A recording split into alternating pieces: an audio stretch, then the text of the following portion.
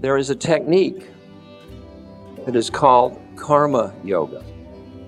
That is the yoga that works with your karma.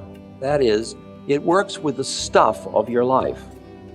If you're washing dishes, the washing of the dish becomes your practice to get liberated.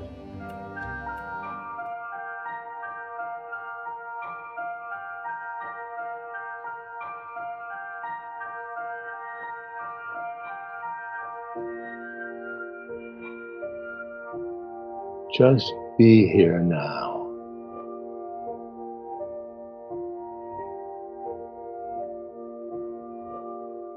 Just be here now.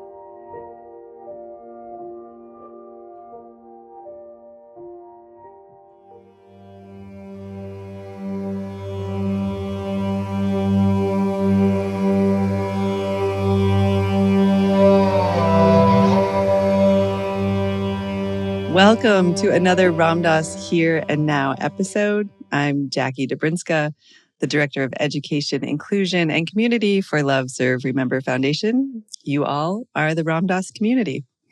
And we have another great episode for you today. It's a two-parter from a lecture that happened in the 1990s. And in this first part, Ram Dass talks about the nature of the spiritual journey and formulas for liberation. And he's specifically digging into the devotional aspect of karma yoga. And many of you probably know karma yoga is the yoga of action. So this one really is directed towards us householders, those of us living in this day-to-day world of family and work and all the rest of it. And hopefully it's going to give us some great tips for keeping our heart from getting dry. But I will let Ram Dass tell you the rest. But some of you might be missing Raghu's introductions, and I want you to know that you can still catch them in a more interactive way. Every week after an episode of Here and Now airs, we have a fellowship community call. And in it, we dialogue and have some Q&R with Raghu. And then we go into breakout rooms to discuss the podcast and our curiosities and our inspirations with each other. So we can really learn from each other and deepen into this practice of satsang. So if you're interested in joining the next one, and everyone's welcome, whether this is your first podcast of Here and Now, first episode of Here and Now, or if it's your 200th, please come. It's August 30th at 8 p.m. Eastern Standard Time. And you can find out more by signing up at ramdas.org/fellowship. And this is the 207th episode of Here and Now, which is pretty amazing. It's the 6th year anniversary of the Be Here Now network. And it happens because we have this amazing dedicated staff that works tirelessly to bring us 20 fresh and free mindfulness and spirituality podcasts. So if you want to make sure that this continues to happen now and into the future, consider making a donation during this anniversary fundraiser. And the really cool thing is when you do, you'll be entered for some pretty cool prizes, including the potential to go to the sold out Maui retreat in December. So find out more at BeHereNowNetwork.com/fundraiser. And lastly, if you want to know more about connecting to teachers and gurus after their passing, really, I encourage you to pre-order Whisper in the Heart, which is a new book by Parvati Marcus. And it's documenting lively accounts of folks who have connected to Neem Karoli Baba after he died in 1973. And it's stories like these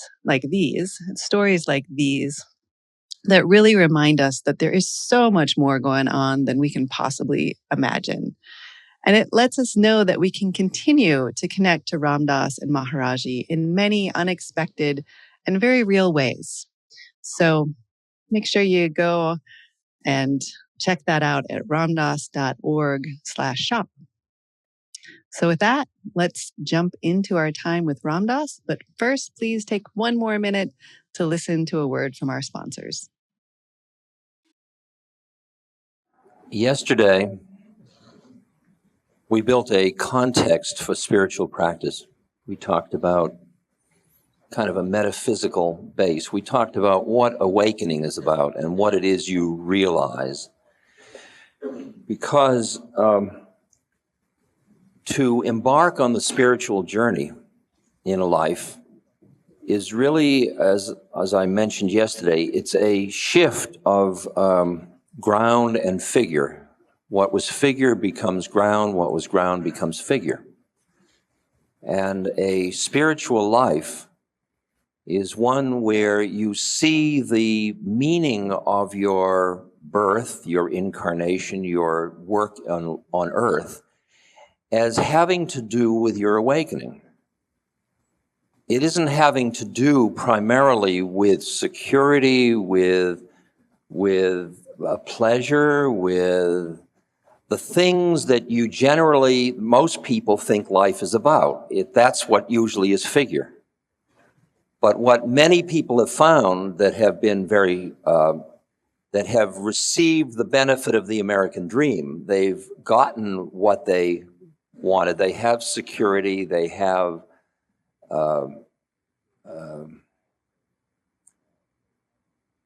health,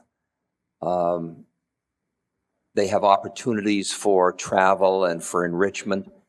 And when they try to measure their happiness in terms of things or experiences, there is always a kind of slightly hungry ghost quality. They're always reaching for another one. There's always another one. It's always more and more and more and more. And there's anxiety as one approaches death, because it means it's going to be the end of it. And it's really, it's philosophical materialism, not in the gross sense, but it's the philosophical aspect of that. Now, when Christ says, let that which is worldly be for the worldly, let the dead bury their dead, meaning let the worldliness be what it is, but don't get lost in it. Remember what you've taken birth for. Now, that remembering only happens when you've awakened. Otherwise, it doesn't really happen. Otherwise, you fit your spiritual practices in a little bit, and it gives you a little peace of mind, and it's sort of insurance against going to hell or something. But it doesn't do the transformation that is potentially available in a human incarnation. And when you look at people cross-sectionally, just the population, you will see that you have really like a normal curve in terms of the level of evolution of individuals. Some people are from a reincarnational point of view, newly taken birth, and they are very, very preoccupied with survival. That's their business. And there are some that are at the other end of the continuum that are very, very old and wise beings that take birth primarily to bless us. They have very little work left to do. And in between are the rest of us, who are more or less deep in the illusion of our separateness, as we said yesterday. Now,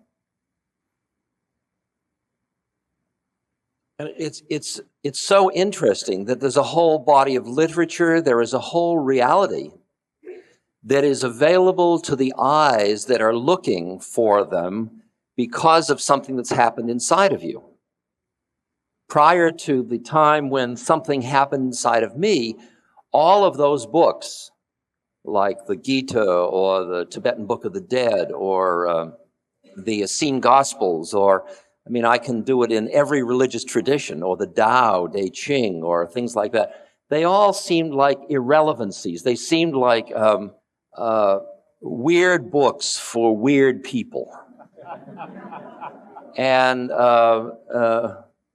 something happens inside of me, the perceptual apparatus changes, and suddenly those very books become the maps and the keys and the codes that I'm looking for to help me understand what's happening. And they are also reinforcing the fact that what's going on in me is not happening to me alone, and that I'm not completely insane.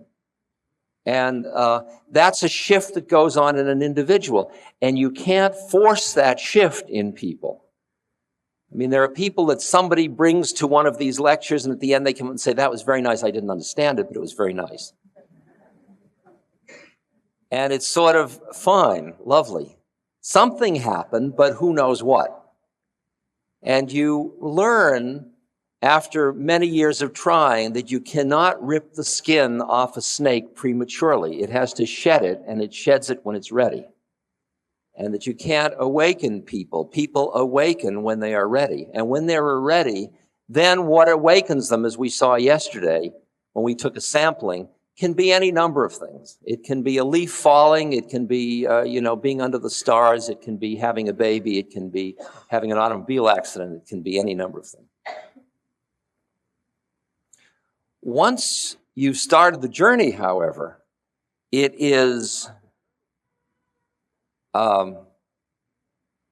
becomes more and more compelling.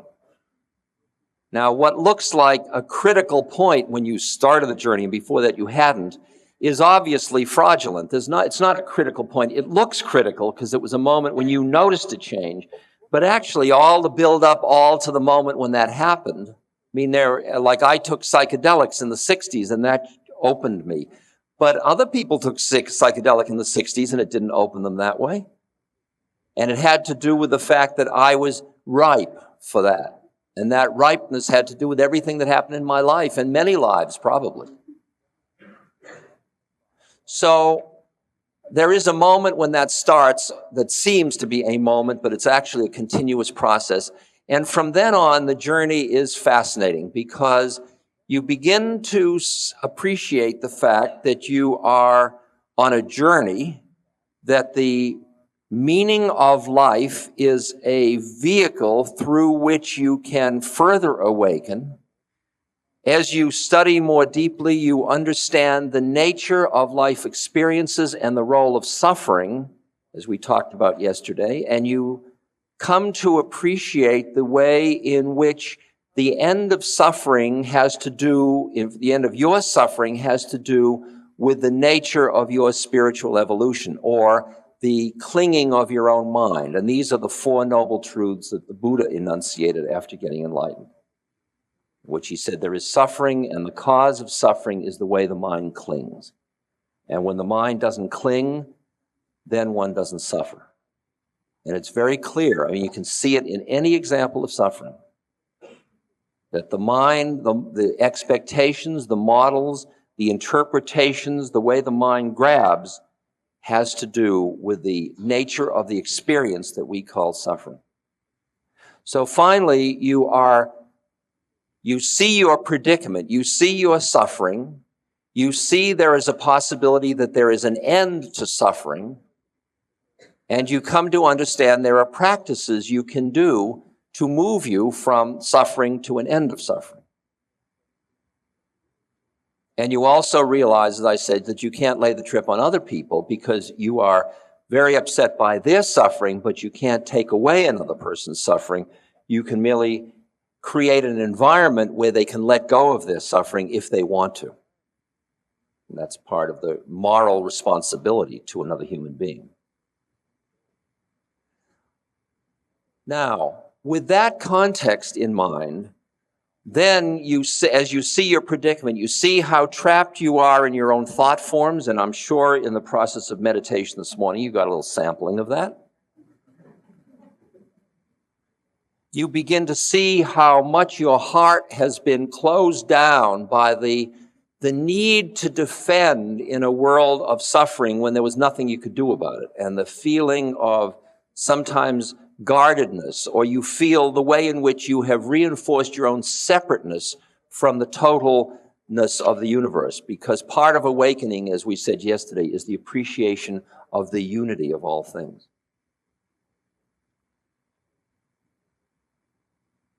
You may also see the way your energy is bound, blocked, not freely expressing itself. It's as if you have been over-socialized and you can't quite break out of it.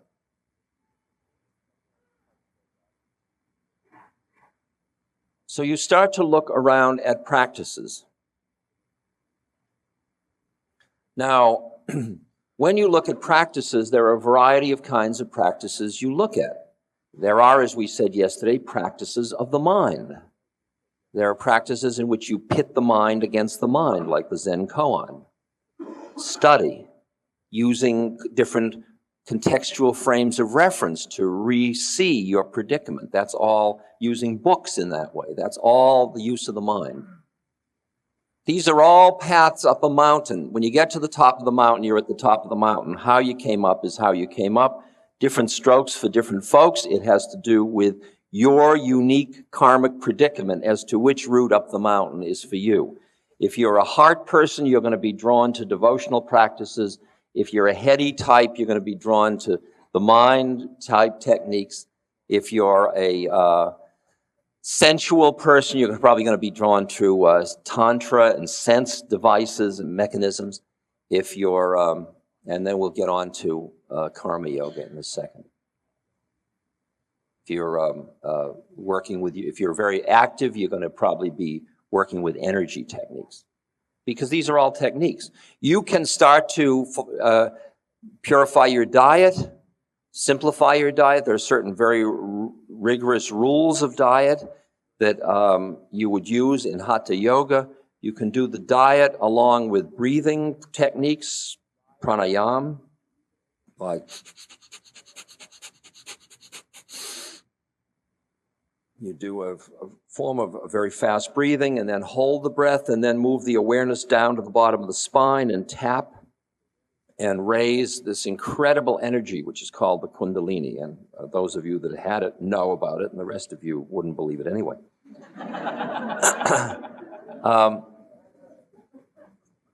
And that energy will take you through shifts in reality as you go, and it will take you out and out and out. It takes tremendous discipline to practice a thing like that. You can use the devotional practices of loving Christ or loving a guru or loving God, and just feel the devotional quality of the relationship and just keep opening your heart towards the one in whatever form you take. To your deeper self, keep opening and loving and singing and poetry, and you feel that thing happening through the heart.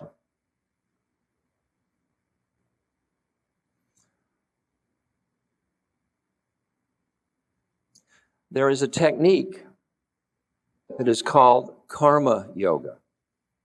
That is the yoga that works with your karma. That is, it works with the stuff of your life. If you're washing dishes, the washing of the dish becomes your practice to get liberated.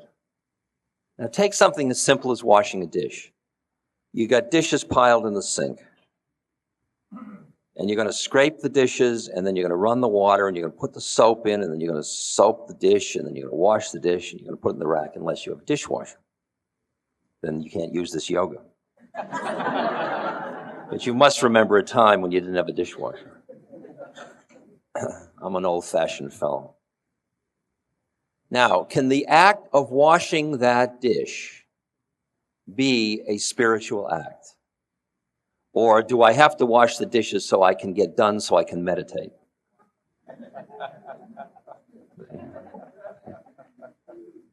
Is your life experience, are your life experiences an interference with your spiritual practice, or are they the essence of it itself?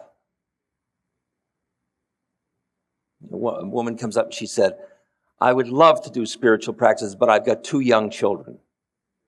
But I've got 2 young children. How about, I'm doing spiritual practices because I have 2 young children? Karma yoga is taking the givens of life. It's a great story that Stephen Levine often tells about Paul Reps, who wrote Zen Flesh, Zen Bones and other books. And Paul, right after the when MacArthur was occupying Japan, he wanted to go to Japan and they weren't letting people. He went to the Japanese legation, and they were turning down applications, and he wrote on his application, "Making a cup of tea, I end the war." And he handed it in. And the embassy official said, "These are the kind of people we need in Japan. Welcome." It's like just the act of making a cup of tea, I make it with so much peace. The quality of the way I make it brings into the universe those qualities that we need.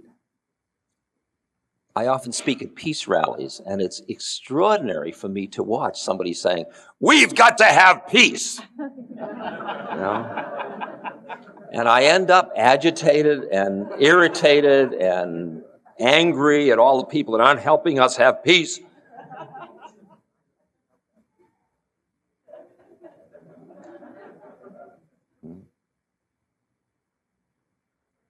Mahatma Gandhi, I love the image. He was on the train leaving the station, and people rushed up and said, "Mahatmaji, give us a message to take back to our people."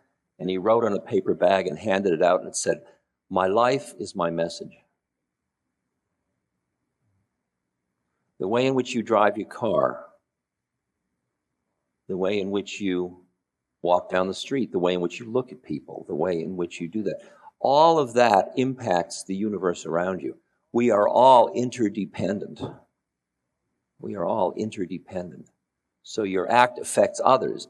But now the question we're asking is the act an act you can use for your own spiritual transformation?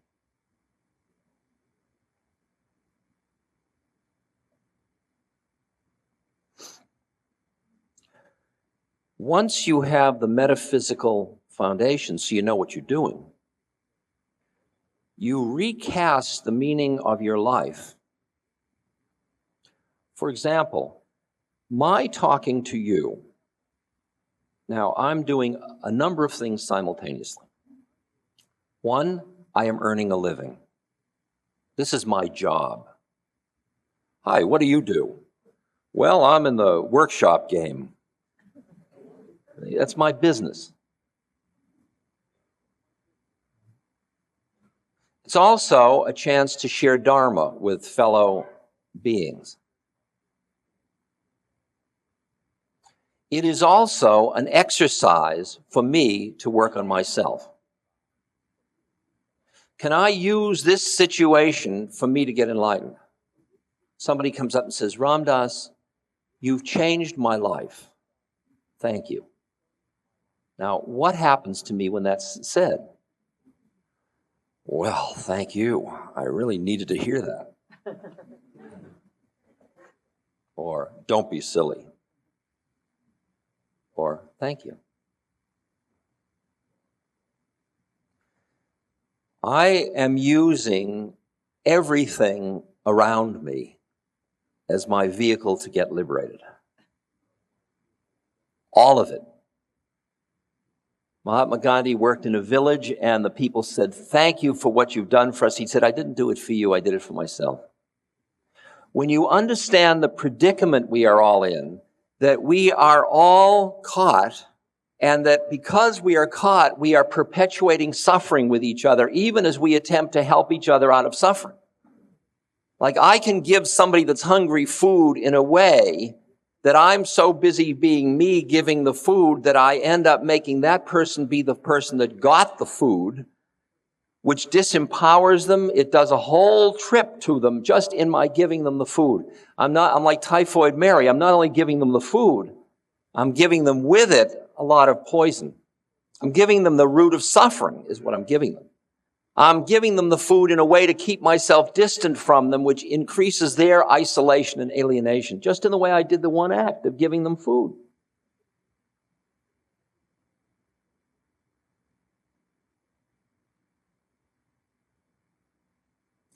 Once you're aware of the predicament that the suffering we are all experiencing is due to the clinging of mind, you say, well, let's get rid of the way we cling in our minds. And where will I start? I'll start with me. I will work on myself as my act to help relieve the suffering of all beings. The predicament is you can't wait till you're enlightened to help other people. Sorry, can't help you. I'm not ready yet. I might hurt you. It is true, you might hurt another person. You will. But all you can offer is what you got, because you got to keep doing it, because we all need each other. You got to keep doing it. So you bring whatever truth you've got to bear into the situation.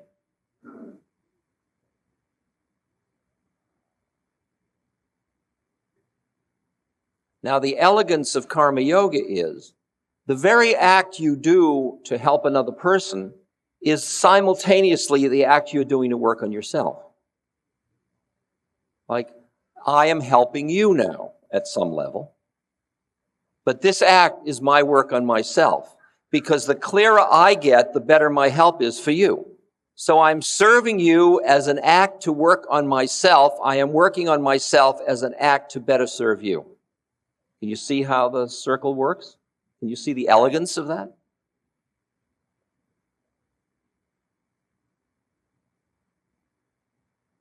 Now, once you decide that you would like to start to use your acts as a vehicle for liberation, there are formulas of how to do that.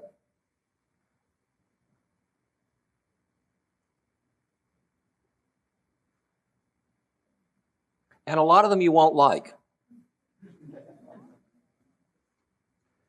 because you're so used to milking your experiences for rushes, to put it in street jargon, or let's put it another way. Looking to your life experiences for pleasure. But now let's turn it around. Let's say I'm going to use the acts in order to awaken. The formula is, first of all, I must quiet down and listen to hear my dharma. I must hear which act is appropriate for me to perform at this moment. Like at this moment, lecturing is appropriate for me to do.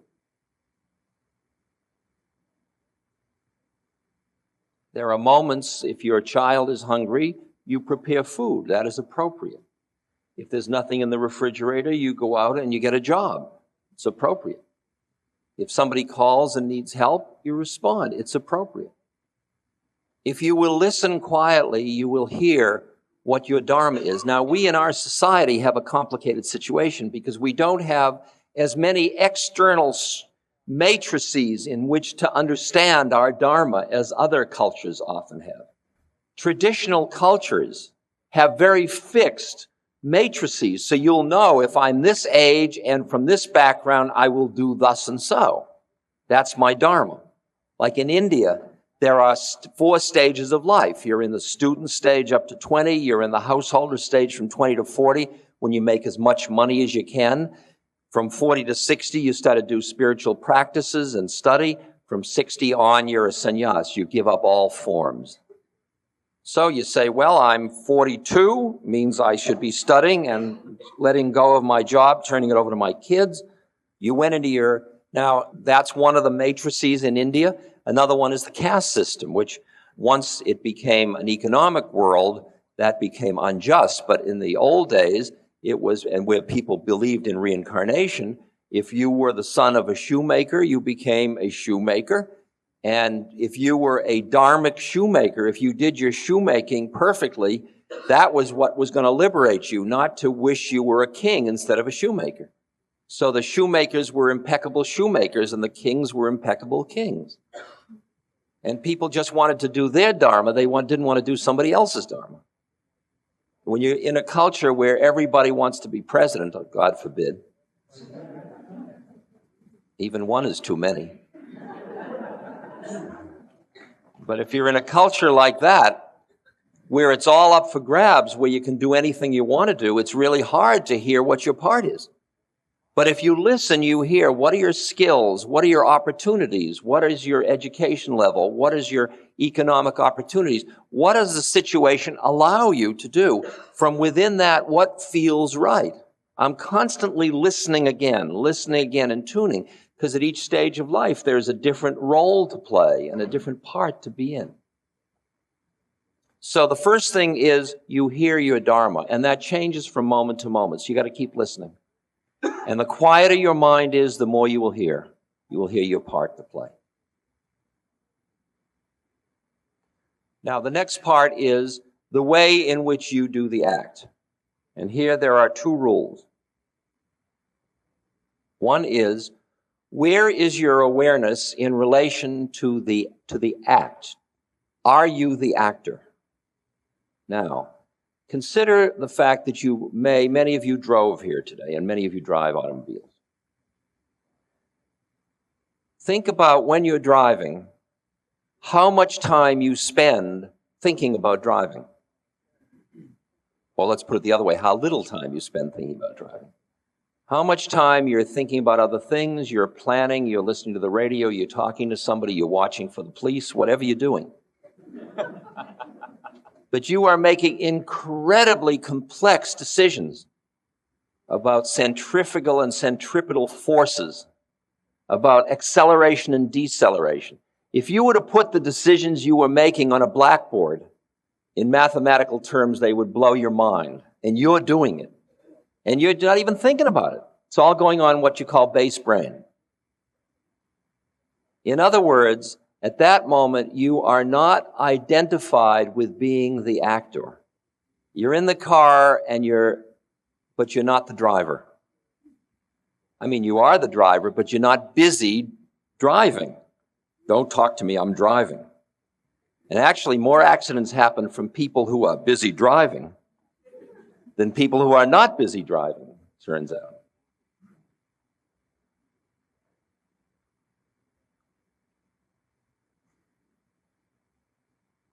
So we're talking about that's probably not a true statement, what I just said.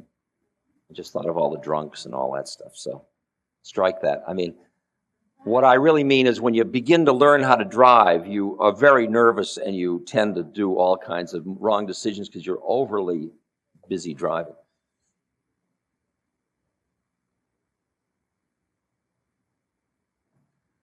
But the art form is to not identify with being the actor, which means to draw your awareness back from the action, back into Ram or wherever. So I'm sitting here. Here's an example. I was, the chairmanship of Seva Foundation is a rotating chairmanship.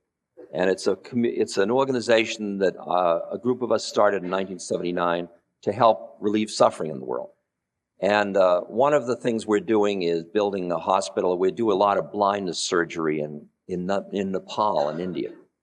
And at one point, I was in Nepal as chairman of the board. And I was meeting with a minister to the king. And I wanted them to relax certain bureaucratic things, and they wanted money. So we met, each of us with our agenda. And I was chairman of the board, and my counterpart was minister. And the minister had his entourage, and I had my entourage. And we were having tea. And I had my blue blazer on and my striped tie, and I was Dr. Das.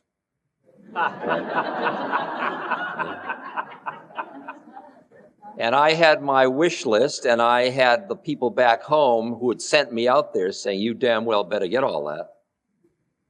And he had his wish list, and I was a rich foundation from America in his mind. Little did he know. But at any rate, we were about to start the bargaining. I was nervous, because after all, there were people back home that were watching what I was doing. I didn't want to blow it. I wanted to be tough. And I was sizing him up, drinking my tea. And I looked into his eyes, and there he was. I mean, behind all of his funny hat and all his stuff and all, there he was. Are you in there? I thought you were a minister. I mean, he was just another being just like me, looking out at me. He wasn't caught in his ministerness the way I was caught in my chairman of the boardness. I was busy being the actor. He wasn't. He was just at rest. because he came out of a whole culture in which he understands all this. So he was just sitting there. And he brought me up for air. He gave me a contact high. He freed me. And we looked at each other. And the delight that spread through us was incredible, because at that moment, the whole game of the bargaining between us turned into a monopoly game. See, Minister of Health was the top hat. Chairman of the board was the iron. All right, I'll trade you B&O for Marvin Gardens. And the more we bargained from that place, the closer we became. So instead of the bargaining dividing us, the bargaining unified us, because we met in the place behind it, because we were not identified with being the actors, although we were acting. See, a lot of people are offended by the term life is a game, or a play, or a dance, or lila, or whatever those words are. But yet, when there is a place where you go into quietness behind it all, you experience the delight of the forms changing, including you and your part in it all. And when you are quiet enough, you start to fulfill your dharma impeccably. Because what distorts your effectiveness in fulfilling an act is the attachments you have that distort the way you see it. If you're too identified with your desire systems, then what it does is it colors the universe so you see only that which will gratify that desire. If I'm hungry, what I see is that which is edible. And if you're not edible, you're of no interest to me whatsoever.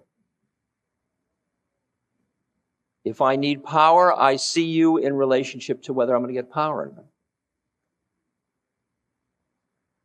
I may have desires, but where is my awareness in relation to those desires? If you understand the job is to extricate your awareness from attachment to thoughts, sensations, all of it.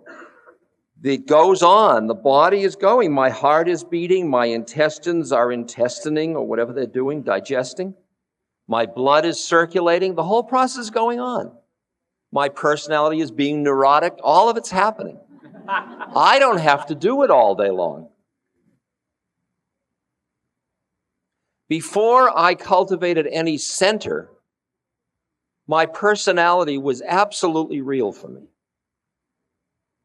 As I've said many times, years ago when I was a therapist, I really thought I was a therapist. Because I really thought I was a therapist, the person in the room with me had to be the patient. If there was two of us and I was the therapist, you must be the patient.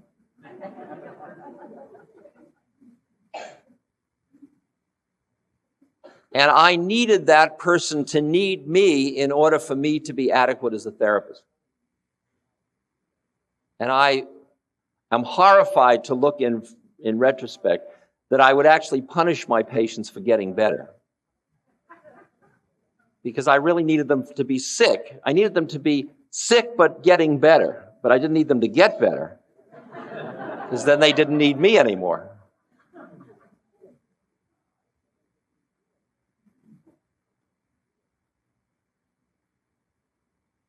Now I'm in a room with another being, and then we look at on the table. What's the stuff on the table? What's our business together?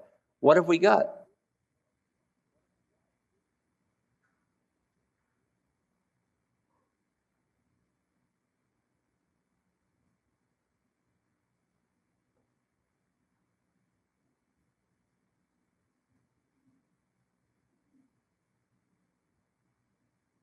The first rule then is hearing your dharma.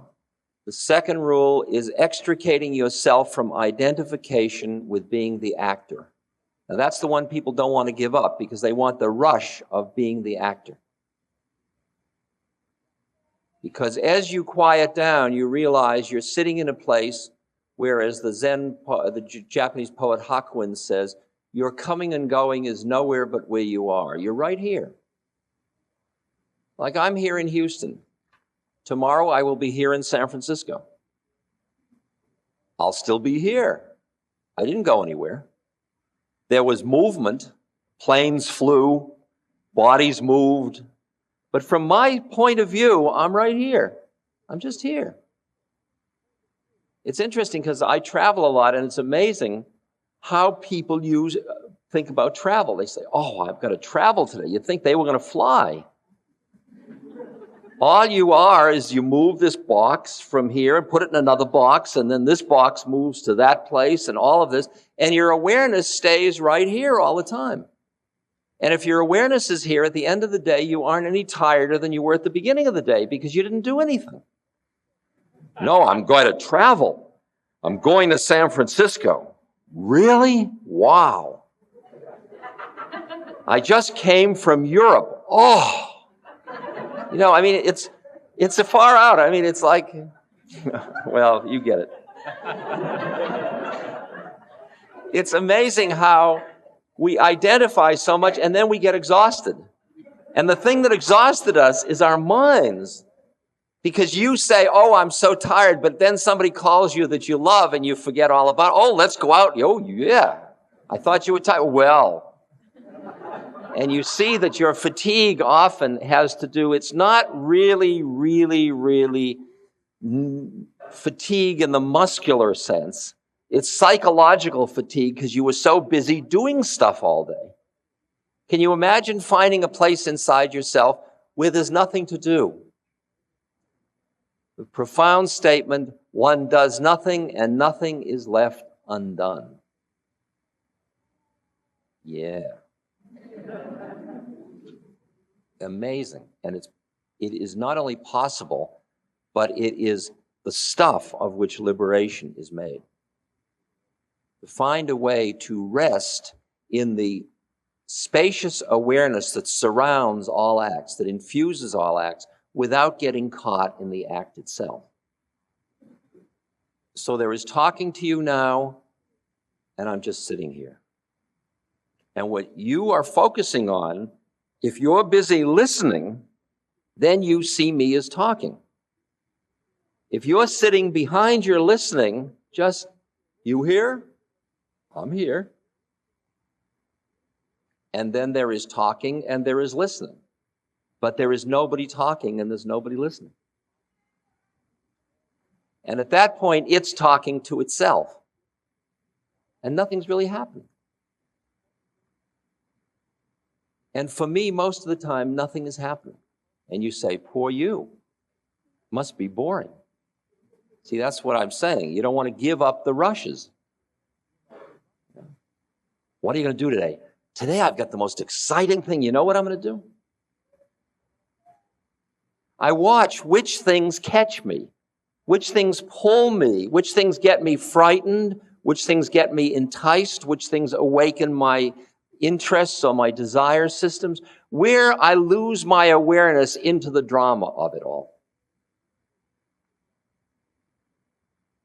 A karma yogi is using the acts to come back always to the place behind the act. So you're using your situation to watch, to see with your witness that we talked about yesterday, to watch and see the way in which you are getting lost again into the drama. I used to have trouble, as I've said before, in the last administration with the Secretary of Defense, Caspar Weinberger. I just had a difficult time with his personality, with his values, with his way of leading the defense of this country. And I would get very frustrated about him. And so I decided I had to work with that. So I took a picture of Caspar Weinberger, and I have a puja table, which has Buddha and Christ and Mary and Anandamai, and I put Caspar there in the middle of it. See, and every morning I'd come in and I'd light my incense and I'd do all my prayers and I'd say, good morning, Maharaji, good morning, Buddha, Christ, I love you, Christ, and hello, Caspar. And I would hear in that tone of voice how far I yet had to go. that I was so attached to these judgments and these things. And I was working with that in order to get to the point that I could just see behind the veil. I could see Casper's got his stuff to work with, just like I got my stuff to work with. But when I identify with my stuff, we both get into trouble.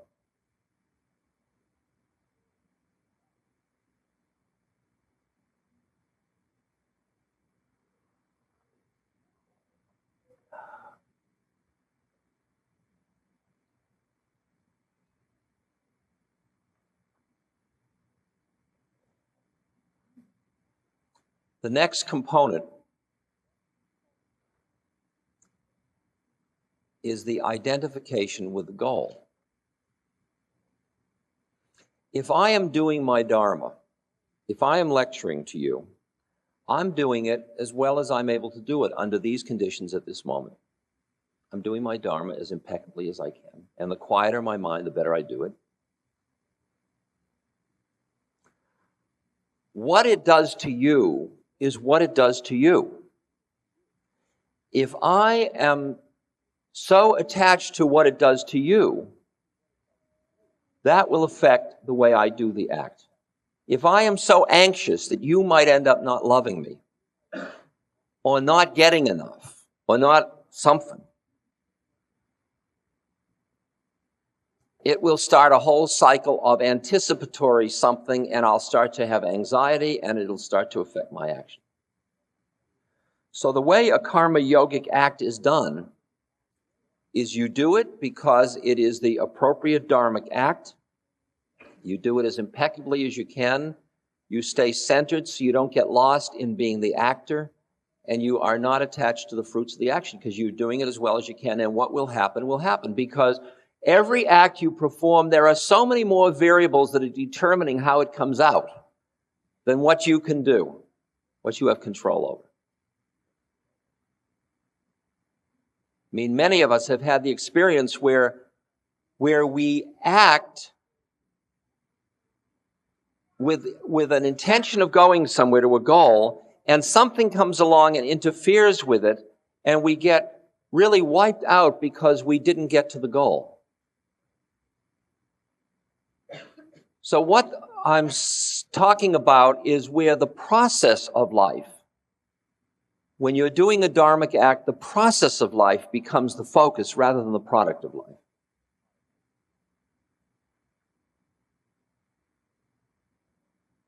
See, whether you get something from what I am saying, you individually, has to do with so much in you that I have no control over. Maybe you ate a bad piece of cheese last night. Maybe I look like your father-in-law. There could be 1,000 things going on. Maybe you think I'm the Messiah. That's all your problem.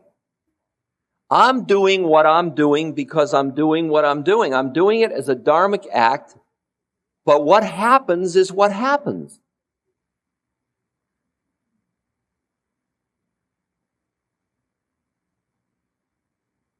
And the equanimity comes because you are doing, like those of you that have raised children must have noticed that no matter how well you do it, kids turn out the way kids turn out. You can't create a product. You can only create an environment and through which a process happens.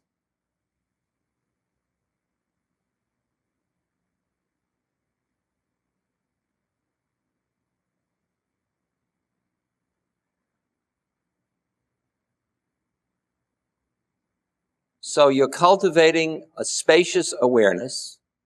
You use meditation to do that. Mantra, mala, whatever you use to keep coming back to a center. You use that center to watch the unfolding of the laws of the universe, which include your own acts and your own thoughts. See, you are part of a lawful, all form is part of law, not human-made law, but the law, the way of things, the Tao. How you're sitting, what you're wearing, how you're looking, what concepts you're using, all of that, if you knew enough, if you could stand back far enough and could see all the variables involved, you could predict that at this moment you will go like this. And you thought you chose to do it.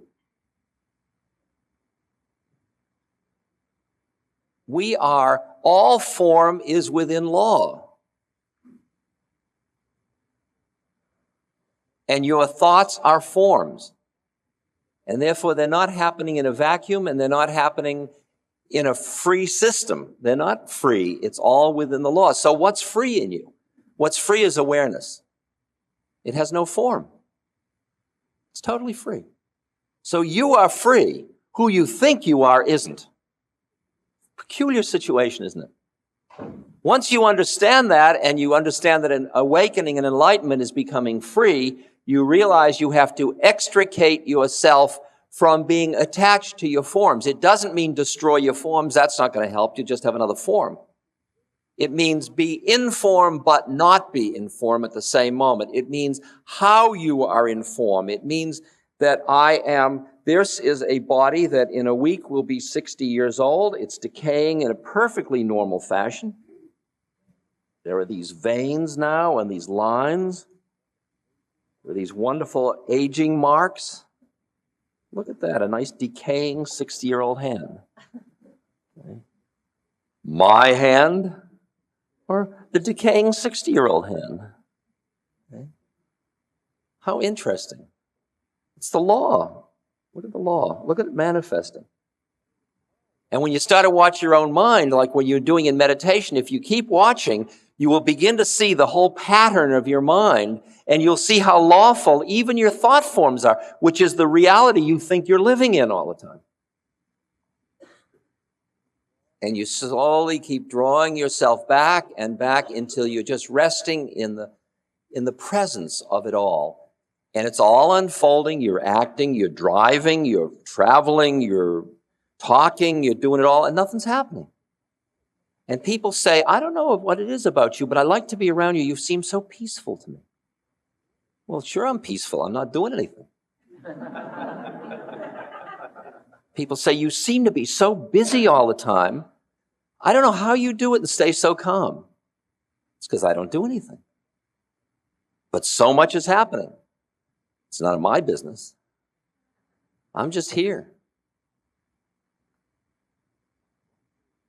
I am probably doing 4 times as many things as I could do when I thought I was doing something. I mean, just much more is happening in my life now, and much less is happening inside me.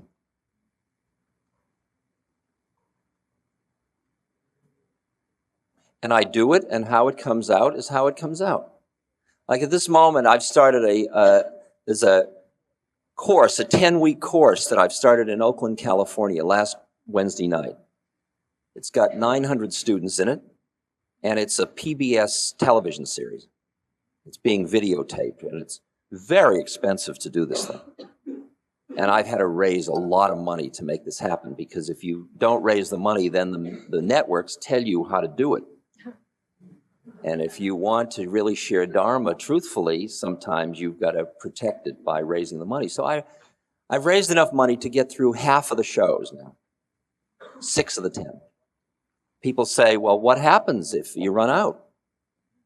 Well, that'll be interesting, won't it? Well, aren't you concerned? No. I'm doing what I can do, and it will be what it will be. It'll either do it or it won't do it. If it doesn't, see, what I found out is that when things didn't work, it turned out life was more interesting, or at least as interesting as when it did.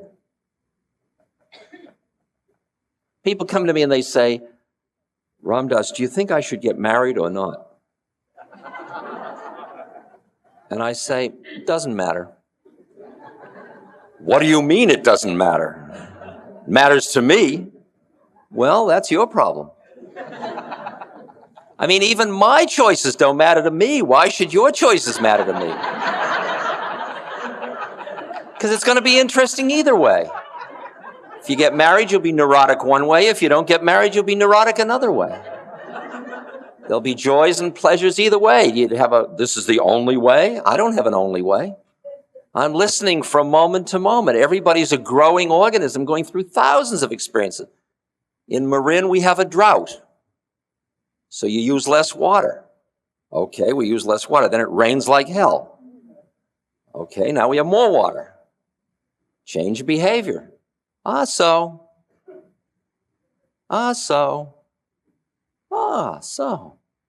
Life keeps changing.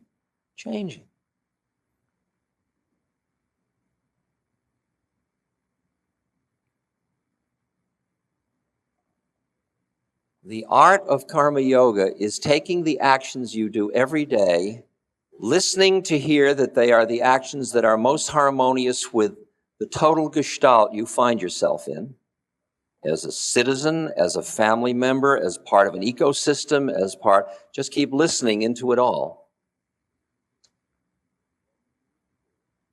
Then you do what you do.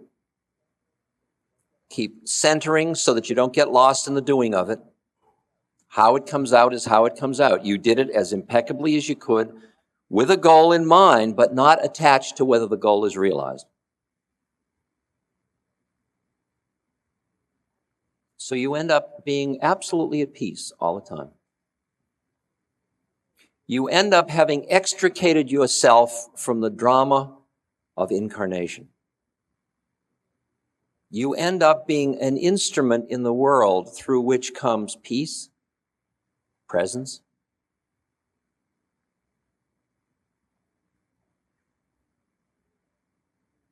You are part of the source out of which comes all form. So you are meeting everything as part of yourself. So that our relationship becomes an internal matter. Because I don't see you as them. You're us. You're not only us, you're I.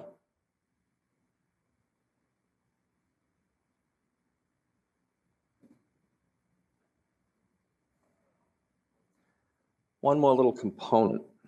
Whoops. We'll take lots of questions this afternoon, so don't worry. Feel frustrated. There is a devotional component that is available in karma yoga that is absolutely brilliant. And take Mother Teresa, for example. Mother Teresa works with, say, the lepers in the streets of Calcutta. She meets a leper lying in the gutter, lying in his own urine or vomit, and its being has got parts of their body eaten away. And she is so tender in the way she washes and ministers to this being. And if you look at that from outside, you say, isn't she good? But if you look at it from inside Mother Teresa, it's a whole other ballgame. She's not being good. When you say to her, what are you doing? What she's experiencing is she is ministering to her beloved Christ in one of his more distressing disguises. Now, if you are in love with somebody and they're sick and you're taking care of them, are you being good? Isn't that something you would rather be doing than anything else? It's not that you're being good, it's that you want to do it. It's to be with your beloved through whatever form is wonderful. So the devotional component in karma yoga is that the serving or the relationship with other people, who is it you're relating to? My wife. My husband, my son, my daughter, my uncle, my aunt, my employer, my employee, my local law officer, my judge, my supermarket checkout person. Try shifting the perceptual apparatus just a little bit.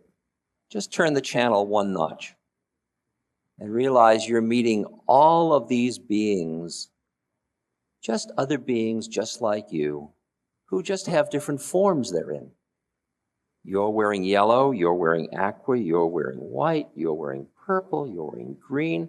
You're not green, you're wearing green. You're not blue, you're wearing blue. I'm not striped, I'm wearing stripes. The checkout person isn't a checkout person. It's a being who happens to be checking out your groceries. If you see them as a checkout person, then you're the purchaser. Is that what you want to be? Wouldn't you like to just be a being meeting another being? Hi, you in there? Far out. What do we do? Well, I'll check out your groceries. Okay. I'll be the buyer, you be the checkout person. What do you say? Huh? Kids like to, well, who are we? Kids like to play like that. See, what I do is I keep meeting people and I keep listening to hear who they think they are. If you're busy being somebody, you can't hear who other people think they are because you're too busy trying to make them be who you need them to be who you think you are. That was very wise. You may have missed it, but that was really very wise. Count on me. That's true. Want me to say it again? I listen to hear who other people think they are. I wouldn't be able to hear that if I was busy thinking I was somebody, because if I need to be somebody, then I need you to reinforce who I think I am. So I'm only using you to be who I think I am. If I'm nobody, then I'm just listening. I'm just a big ear listening to hear who you are. And I can hear who you think you are. Like each person comes up to me as a walking projection system. See, they think each person comes up and thinks Ram Dass is somebody else. It's just like the blind men and the elephant. You know, all the blind men go to visit the elephant and one touches the side and one touches the tusk and one touches the leg. And then later at lunch, they're having a discussion. Somebody says, well, an elephant is very like a tree. And the other said, you're off the wall. An elephant's like a wall. And the other said, no, it's like a snake. And they get into a tremendous fight. Each touched a different part of the elephant. When you are busy being somebody, you only see other people in terms of what you need to reinforce the model you have about reality. If you don't have a model, then you can hear who they are. The quietness of mind allows you to hear the universe. So I'm standing here. I am nobody. I don't know who I am. I mean, if you say I'm Ram Dass, I'll be Ram Dass. I'm a renter Ram Dass. I'm standing here, and you come up and you say, you've meant so much to me. Well, I hear, you've meant so much to me. So I become somebody to whom you've meant much. Somebody else says, you're a big disappointment.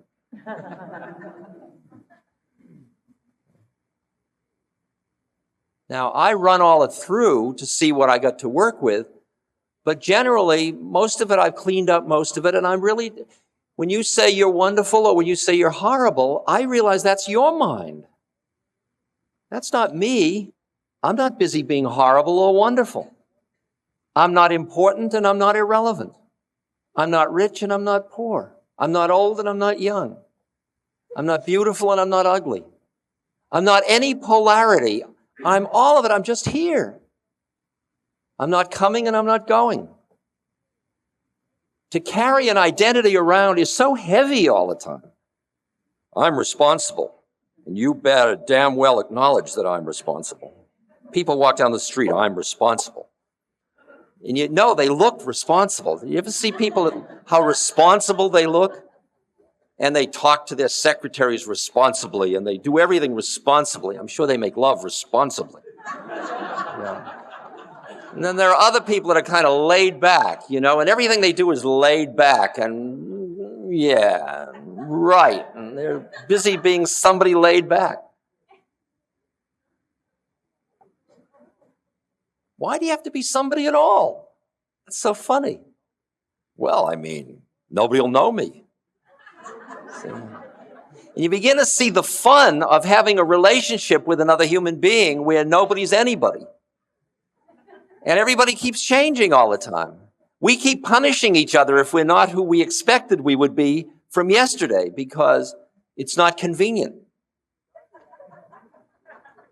Gandhi had that beautiful story where Gandhi was leading a march and then he stopped it because I guess he saw there'd be violence or something, and his lieutenant said, Mahatmaji, you said we'd have a march and you're stopping it today and people have left their jobs. You can't do that. Gandhi said, I'm a human. God is absolute truth. I only see relative truth. My understanding of truth changes from day to day. My commitment must be to truth, not to consistency. I'm sorry. Think of how much of your life is your commitment to consistency, not to truth. How much you're being who you think you ought to be, even though it isn't the truth of your being. And think of how scary it is to think living with another human being in truth. Because it's living. It's a living thing. Truth is a living thing. Habit is not. And most institutions are calcified truth. They started that way, and then everybody got afraid to rock the boat. So you be the one that puts out the garbage. I'm the one that cooks the lasagna, right? We got it, right? And the horror, I mean, like with Seva, we've been successful. We've done well. We're a good foundation. The horror of success, that's really creepy. Can't do it that way. It doesn't, better we should fail. Be more interesting.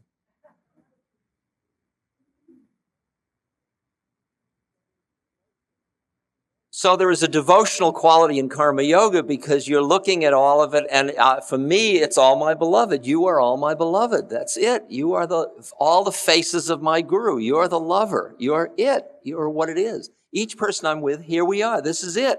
I'm not doing this for later. Later will have its later. Out of this, there will come some revenue, and that revenue will pay some taxes or pay for gasoline or pay for something. But this isn't for that, although that's all part of it. This is for this. This is enough. This is what it's about. This moment in your life is what everything in your life up to now was about. And if this isn't it, you're screwed.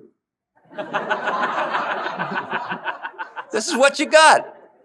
If you're collecting this so later it'll be enough, forget it.